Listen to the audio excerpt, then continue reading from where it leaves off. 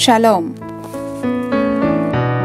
గలతీయులకు రాసిన పత్రిక 1వ అధ్యాయము 10వ వచనము. Galatians chapter 1:10. నేనిప్పటికిని మనుషులను సంతోషపెట్టువాడనైతే క్రీస్తు దాసుడను కాకయే పోవుదును. If I were still trying to please people, I would not be a servant of Christ. మనలో చాలా మంది అవగాహనలేమి కావచ్చు, యాదృచ్ఛికం కూడా కావచ్చు, లేదా మానవ సహజ లక్షణం కావచ్చు. మనల్ని గూర్చి ఇతరులు ఏమనుకుంటారో అనే సంశయంతోనే కాలాన్ని గడుపుతూ ఉంటారు. దీనికి ప్రధానమైన కారణం, ఎవ్వరితోనూ అనవసరమైనటువంటి గొడవలు లేకుండా సమాధానంగా ఉండాలంటే ఎదుటివారి అభిప్రాయాలకు అనుగుణంగా మనల్ని ప్రజెంట్ చేసుకోవటానికి ప్రయత్నిస్తూ ఉంటాం. పీపుల్ని ప్లీజ్ చేయటంలో మనశ్శాంతి ఉంది అనుకుంటూ ఉంటాం.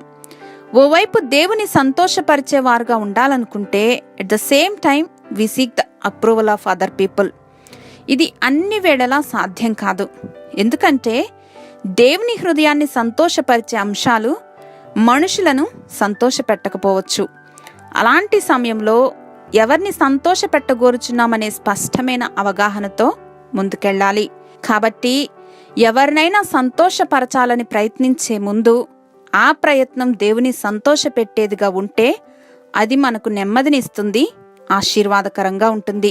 We don't need people approvals.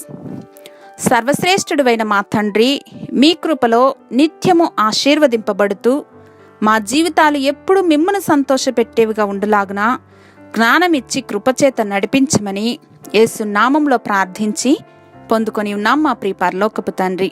Amen.